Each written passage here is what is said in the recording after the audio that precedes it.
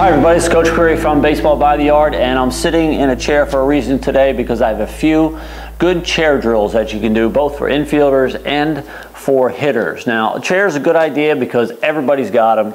There's a million of them, they're free, you don't have to spend a lot of money on expensive equipment, but you can get a lot out of a basic chair to teach kids some basic fundamentals of baseball. Now, I did a brief video before on some bunting skills, and I actually used a chair because a chair is a good idea for bunting drills because it forces the player to get down low closer to the ball. One of the problems kids have when they bunt is that they stand too tall and they don't get their eyes down near the bat. So bringing out a chair gives that kid the ability to focus and allow them to get the feeling of getting his eyes down close to the bat and staying as low as I can. So we already talked about this one, but there are a couple other drills that you can do as an offensive player.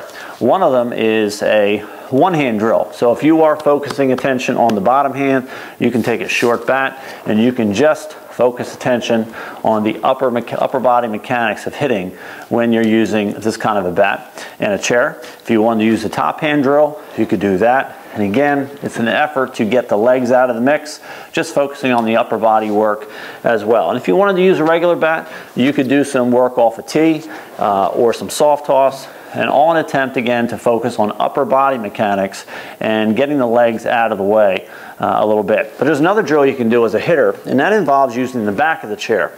So if I were to turn the chair around here, what I'm going to do is get my stance, and I'm going to sit down a little bit on the back of the chair.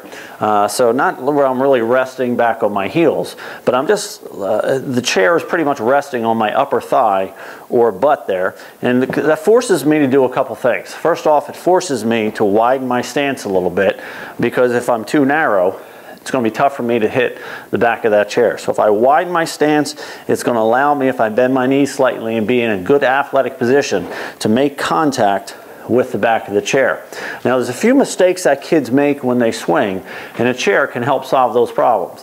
One of the problems kids have is they start in a good position, but when they stride and swing, they come up to hit.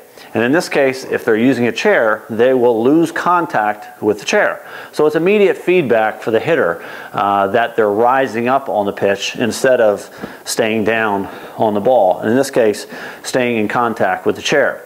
Another problem kids have is that they jump or they lunge at the pitch.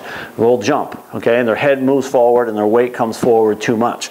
Well, if I try to start and finish my swing and keep in contact with that chair, it prevents me from lunging. Because if I do lunge, I lose contact with the chair. So I should be able to start my swing, stride, and swing, and stay in contact with the back of the chair there. So that's another good drill for an offensive player. And again, I can do tee work, I can do soft toss, I can do machine work. There's a lot of things I can do just by keeping a chair behind me and resting my butt or the top of my thigh on the back of that chair. But there's some defensive drills we can do here, and I did a written post on this because for those Philly fans out there, Chase Utley had some knee problems, and so in order to practice and take some stress off his knees, he used a chair. So he would get on the front edge of a chair and he would field ground balls, either barehanded with a tennis ball or things like that, or using his glove and a regular ball. Now, using a chair promotes a few good fundamentals with fielding. The first one is I can't use a chair if my feet are too narrow because I can't get my hands out in front of my feet. If I'm sitting on the edge of the chair and my feet are close together. So it forces me as a fielder to be in a good position and have my feet wide, and also it forces me to get my weight forward so that I can get my hands out in front of me. If I lean back on the chair, of course, I'm on my heels and I can't get my hands out in front of me.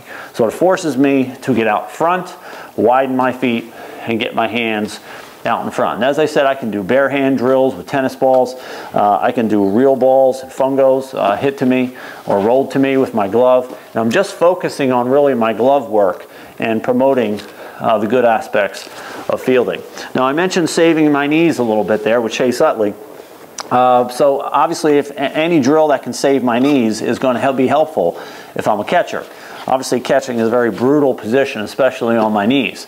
So there are obviously a lot of drills that a catcher is going to need to squat down to get the full effect, like a game-like situation, whether it's receiving or blocking and things like that. But if a catcher is simply working on his receiving, framing pitches and things like that, I always found there's no need for the catcher to be actually squatting down.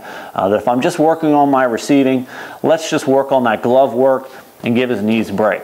So just like that infielder, he can sit on a bucket, he can sit on a stool, he can sit on a chair and just work on the receiving and catching a bullpen in this position here, so that he can just focus on receiving and his hand and glove work without really having the stress on his knees. So as you can see, both offensive players and defensive players can utilize a chair in practice. If you're in a gym in the off season, it's not a bad idea to pull out some chairs and do something a little different. A lot of good fundamentals you can learn from a basic chair. So I'm Coach McCreary. Thanks for watching, everybody. Until next time, have a good day.